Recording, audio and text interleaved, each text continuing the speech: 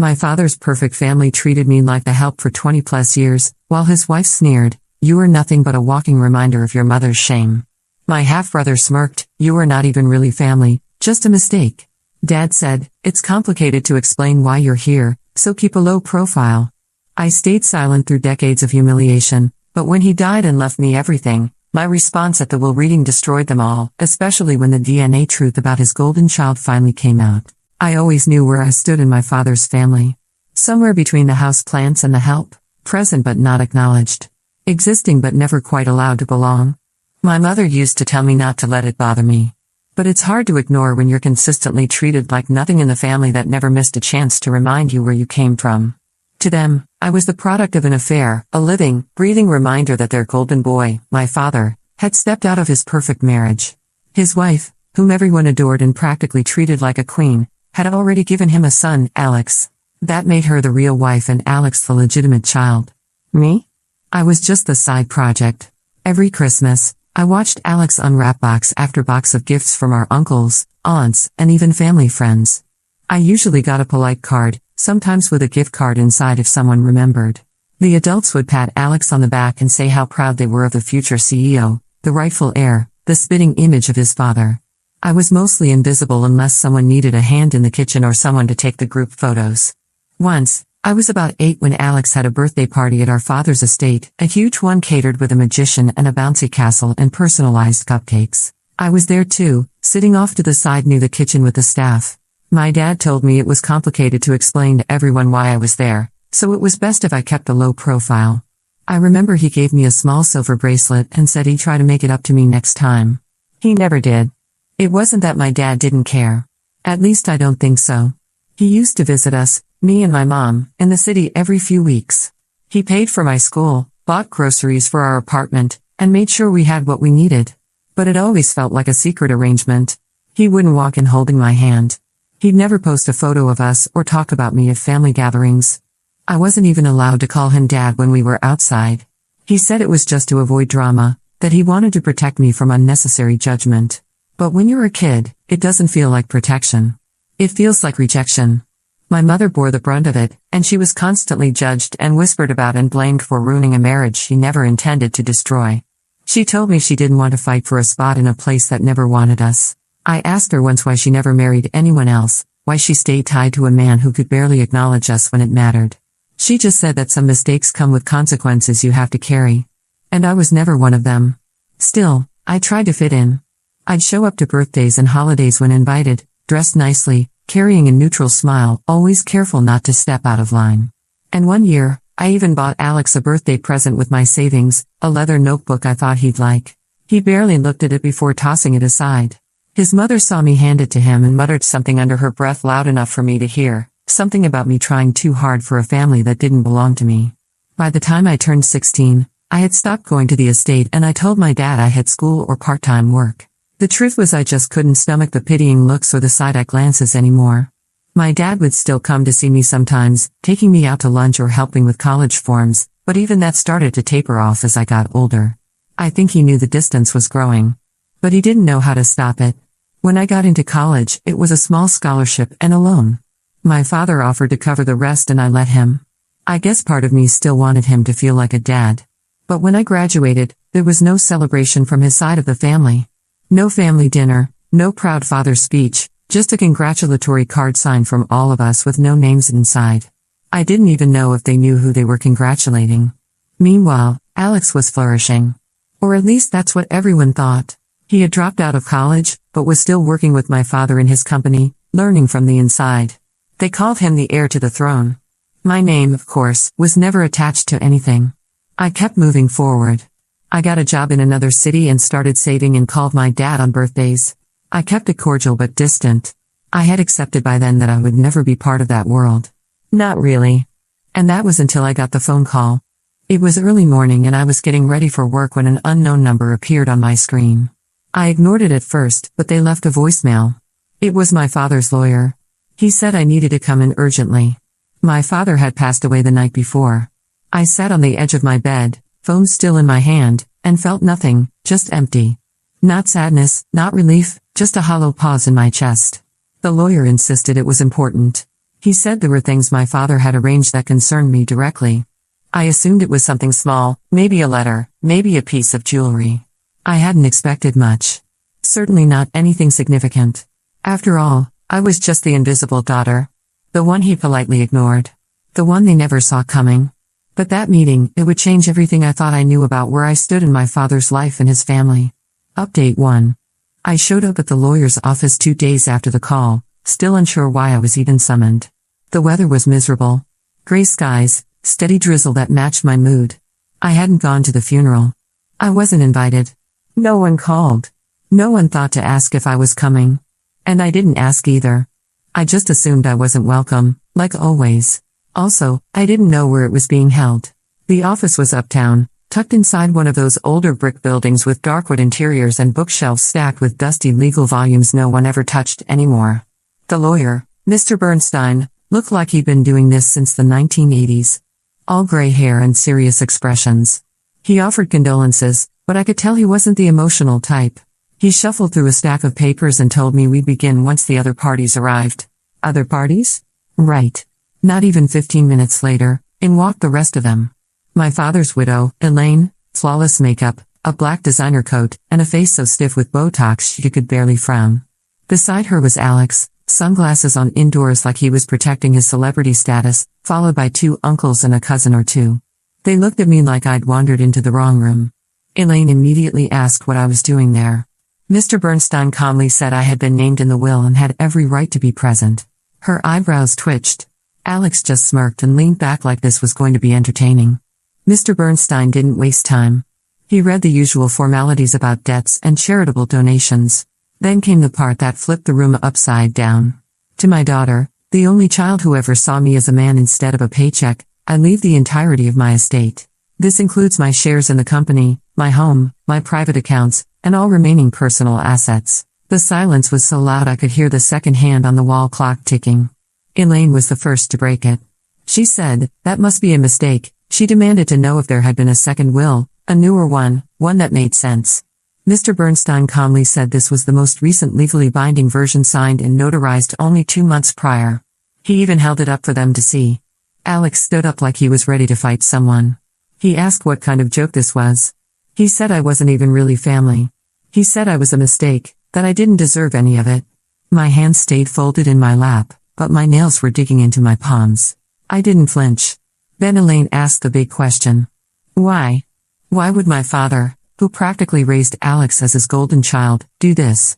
Mr. Bernstein looked at me and then reached for a sealed envelope from the file. He said my father had written a personal letter to be read aloud in the event of his death. I hadn't known about that.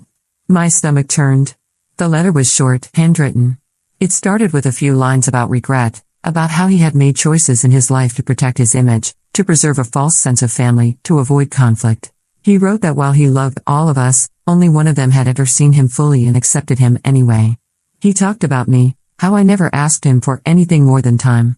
How I had forgiven him again and again, even when he failed me. How I showed him what loyalty looked like, not through words, but through quiet understanding. He admitted he had failed me, that he had allowed his family to treat me like a shadow, that he never stood up for me the way he should have, and that it ate away at him year after year. Then came the most shocking part. He wrote that Alex had stolen from him substantial amounts of money, that Elaine had known and helped cover it up to avoid embarrassment. That this wasn't a rumor. It was backed by evidence which he had given to Mr. Bernstein to share with the board of his company if anyone contested the will. You could hear a pin drop after that. Alex's face was red with rage. Elaine looked like she had been punched. She kept insisting that my father must have been manipulated or unwell when he wrote that.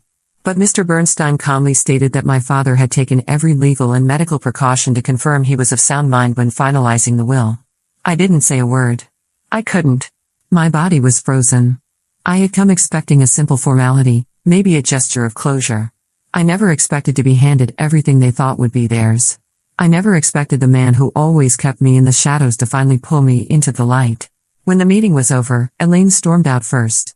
Alex followed, still shouting about how this wasn't over and how I'd regret it. I didn't respond. My mind was still stuck on the phrase from the letter, the only child who ever saw me as a man. I stayed a little longer to ask Mr. Bernstein what this meant for the company, for the estate, for the fallout I was now about to walk into. He said it meant a lot of paperwork, a lot of decisions, and possibly a lot of unwanted attention. But he said I had every legal right to everything that had been given to me. I walked out of that office not with triumph but with a quiet, stunned heaviness. For so long I had been ignored, dismissed and shoved aside. And now suddenly I held the keys to a kingdom I was never meant to enter. But this wasn't about revenge. At least not for me. Update 2. News travels fast when there's money involved. By the next morning, I'd already received a series of emails from the company board requesting a meeting with me as the new primary shareholder. Apparently, my father hadn't just handed me a bank account and a few properties. He had left me controlling interest in the very company my half-brother used to brag he'd take over one day. I didn't even know how to feel. I hadn't planned for any of this.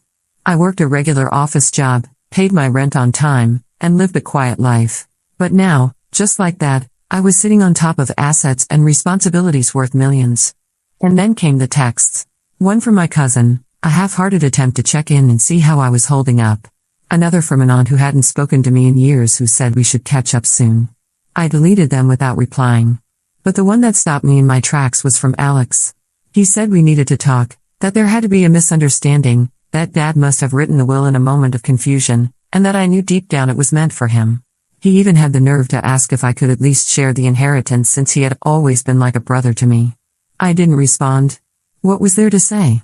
Instead, I called Mr. Bernstein and asked for help arranging security for my father's estate. I had a bad feeling that something was coming, and I was right. That weekend, I went back to my father's house for the first time in years. It still didn't feel like mine. Everything was pristine and cold, just like Elaine had always kept it. No family photos of me, just elegant decorations, spotless surfaces, and portraits of Alex from every stage of his life. I wasn't there to redecorate or make changes. I just needed time to process. But I wasn't alone for long. Elaine showed up unannounced.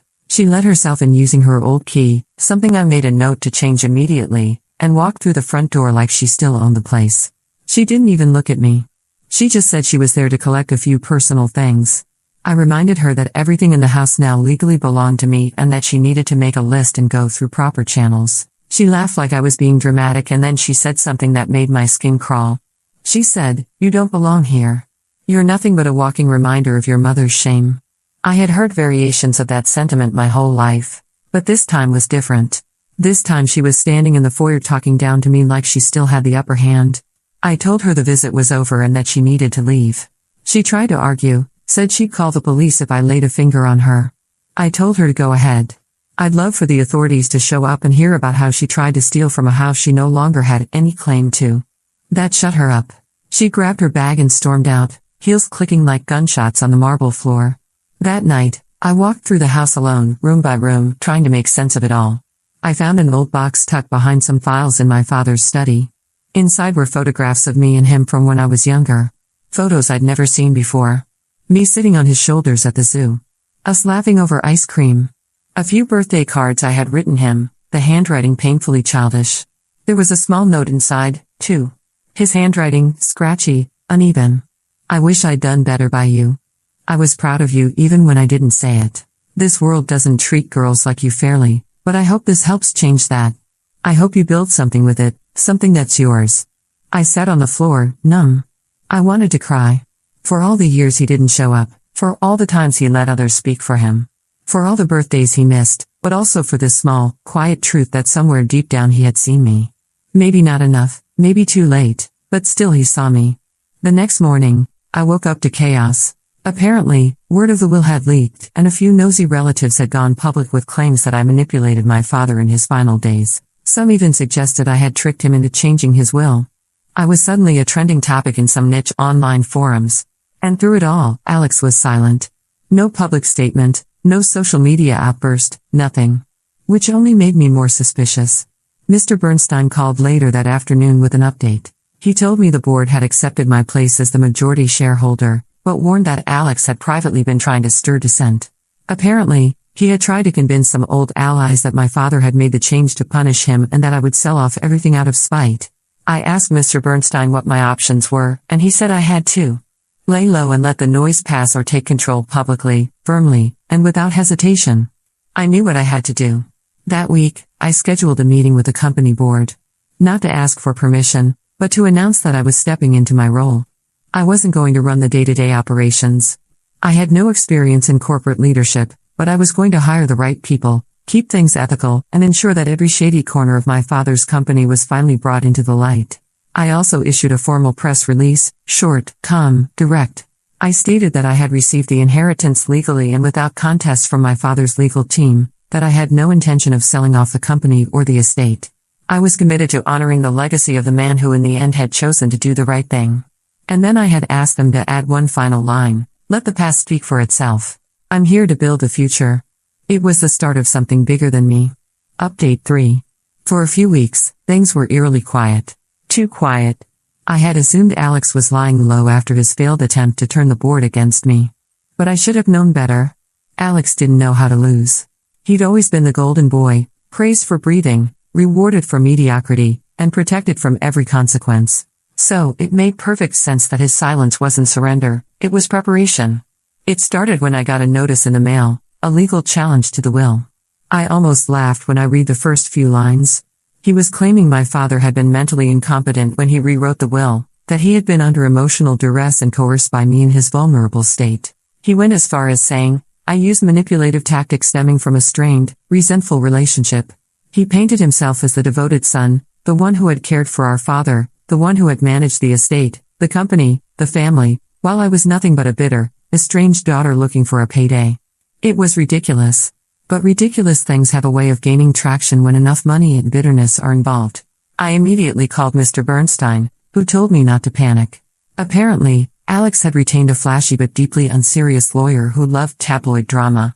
Bernstein assured me that unless they could provide actual proof of manipulation or fraud, the will would stand. Dad's mental competency had been certified not once but twice before the will was finalized. All the documents were airtight. Still, it made my stomach twist. I hadn't done anything wrong, but Alex had always been the kind of person who could cause a firestorm just by whining loud enough.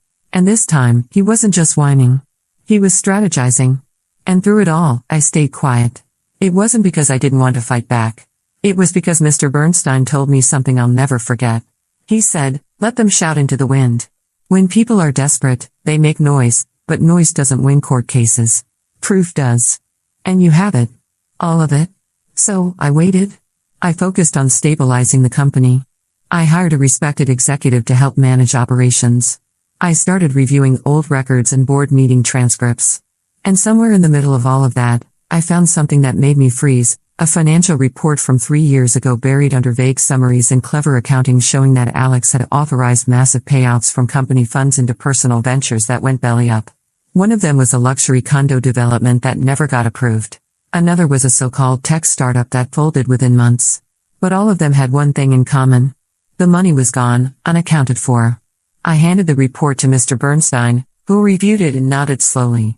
He said, this wasn't just bad business. If it had been hidden from the board, and it had, this could qualify as corporate fraud. Suddenly, the lawsuit made sense. Alex hadn't just wanted revenge or the family legacy. He wanted protection. He knew that the deeper I dug, the closer I'd get to finding out how deep his mismanagement ran. Challenging the will wasn't about me. It was about distracting everyone from him. Our father had let it go, but I wouldn't. I had two choices. I could go nuclear and expose him publicly, or I could wait for court and let his lies unravel in front of a judge. I chose the second. The court date was set. I didn't tell anyone what I had found. Nobody knew the full extent of what I planned to reveal. I wanted Alex to feel safe, arrogant, prepared, and he did. He walked into that courtroom with a smirk, surrounded by handlers. He wore a charcoal gray suit and an expression that screamed entitlement. His lawyer opened with a dramatic statement about betrayal and enemy dishonor. They made me sound like a villain straight out of a soap opera. And then it was our turn. Mr. Bernstein was calm and razor sharp. He laid out the timeline, the mental competency reports, and the clean documentation of every step my father had taken. And then just before closing, he introduced the financial report. The room got quiet. Alex's lawyer looked confused. Alex started fidgeting in his seat. Bernstein explained the payouts, the cover-ups, the lack of board approval, and then he dropped the final piece, a letter from my father to the board chair dated 8 months before he died. In the letter, my father acknowledged discovering Alex's actions and expressed regret over ignoring certain warning signs. He wrote that he was preparing to restructure everything because some inheritances are no longer deserved. You could have heard a pin drop. The judge called for a recess. Alex stormed out, ignoring the small forum reporters he had called. Elaine was nowhere to be found. That night, everything flipped. I wasn't the villain anymore. I was the quiet daughter who'd stayed out of the spotlight only to be handed the burden of cleaning up someone else's mess. But the real shock came the next morning. Mr. Bernstein called me early. He said Alex had withdrawn the lawsuit. Not only that, he had fled the country. No press statement, no apology, just silence. Elaine sold her townhouse 2 days later. And just like that, the people who used to treat me like a footnote were disappearing one by one, scrambling, retreating, trying to pretend they hadn't spent years writing me off. But they had, and soon they would find out exactly why my father left everything to me and what secret he had kept all these years that finally tipped the scale. Update 4. The dust hadn't even settled after Alex fled the country. But the aftermath kept rippling. Old board members began distancing themselves from him. Former employees came forward quietly telling me stories about how Alex had bullied his way into control, ignored Dad's actual plans for the future. One of them, a retired executive named Harold, requested a private meeting. What he said that day still gave me chills. He told me there was something I needed to see, something my father had once trusted him to keep under wraps, just in case things ever got ugly. At the time, Harold hadn't understood what my dad meant. But after what had happened in court, he finally did. He handed me a USB drive and said it was for my father, a recording. I played it that night alone in my study. My father's voice came through clear as day, calm and steady. He was sitting in his office maybe a year before he passed, judging by his tone. He said he knew that when he died, chaos would likely follow, and he wanted someone, anyone, to understand why he'd made the decisions he did. He said that for years he believed that keeping the peace with his first family was worth sacrificing certain truths. It was easier to play the role of the regretful father who stayed than to admit something no one had ever dared to say out loud. And then he dropped the bombshell. Alex wasn't his biological son. I froze. My father said that during the early years of his marriage to Elaine, there had been issues, distance, suspicion, and then one day a confrontation after he found some letters tucked away in Elaine's drawer. Love letters, not from him. She had been having an affair. When she got pregnant, she told him the baby was his. And maybe for a while, he wanted to believe it, but something had always nagged at him. The timeline didn't line up. The dates didn't make sense. And when Alex was born, something in him just shifted. He said he spent years doubting, wondering until finally, when Alex was a teenager, he secretly got a DNA test and the result confirmed everything. Alex was not his child. I remember staring at the screen, my hands trembling. I had to rewind that part just to hear it again. But he didn't stop there. My father said he made the decision to raise Alex anyway. That he thought maybe he could overcome the betrayal for the sake of a boy who hadn't asked for any of it. But the years that followed made it harder and harder to justify. Alex became entitled, cruel, arrogant, the very worst reflection of everything my father stood against. Meanwhile, he said there was me. He admitted he hadn't been the perfect father, that he let guilt and public opinion steer too much of his life, that he had allowed others, especially Elaine and her circle, to dictate how much I could be included in this world. He thought if he kept me at arm's length, he could avoid making waves. That maybe I'd never notice how deep the rejection really ran. But I did notice, and apparently he had, too. He said he began watching from afar. My work ethic, my independence, the way I didn't rely on his name for anything. I had built something from scratch. I never asked for a dime. Even when I was struggling, I never came knocking. Even when his other child was out there burning his money and legacy, he said that in his final years, he realized something painful. The only real child he had, the only one who loved him without an agenda was me. And that's why he left everything to me. He said, and I quote, "Not because I owe her, but because I trust her, because she is mine in every way that matters." By the time the video ended, I was crying. Not from sadness, from a strange kind of grief mixed with validation. For years, I told myself I didn't care, that I didn't need to be accepted by people who didn't see me. But hearing him finally say it out loud, that he saw me, that he knew what had been done to me, cracked something open inside me I hadn't even realized was still there. I called Mr. Bernstein the next day, told him everything. He sat in stunned silence for a while before saying that while the will was already final and secure, the recording explained a lot. He asked what I wanted to do with it. I had to think about that. Part of me wanted to go public, rub it in the faces of everyone who had called me names, painted me as the side product of some scandal while treating Alex like royalty.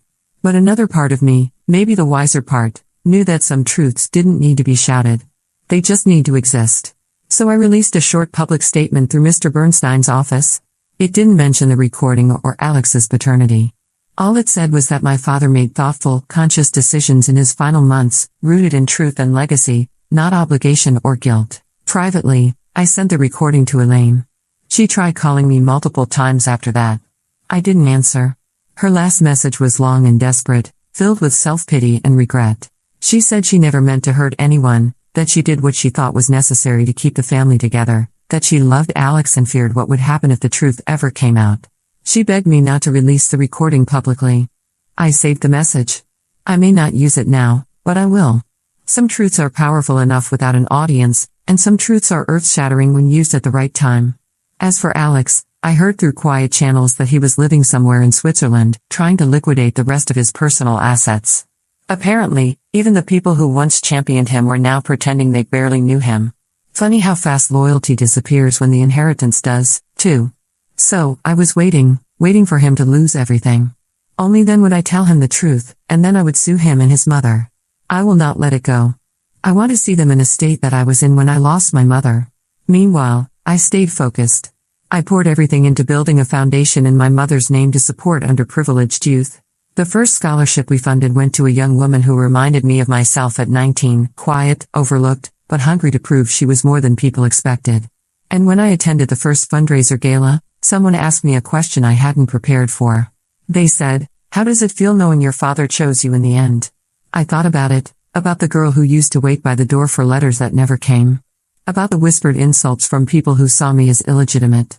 About the years I told myself I was fine with being invisible, and then I said simply, it feels like I was never invisible. I just hadn't been seen by the right person yet.